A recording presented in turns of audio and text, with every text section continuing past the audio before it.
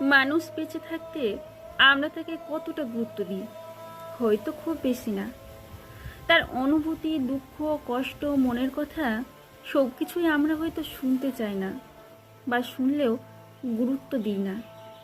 সে হয়তো বহুবার চেয়েছে আমাদের কাছ থেকে তার মনের কথা খুলে বলতে, হয়তো আমাদের সঙ্গ চেয়েছে, একটু সময় চেয়েছে, কিন্তু আমরা ব্যস্ততার অজুহাতে কিংবা অবহেলায় তার কথা শুনিনি, না শোনার ভান করে এড়িয়ে গেছি।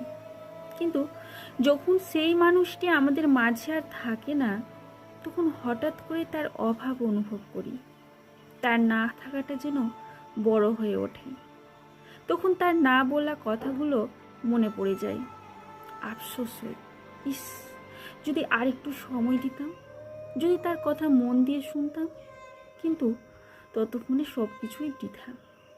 তাই মানুষ জীবিত থাকতে তাকে গুরুত্ব দিন, তার অনুভূতির কদর করুন, তার মনের কথা শোনার চেষ্টা করুন।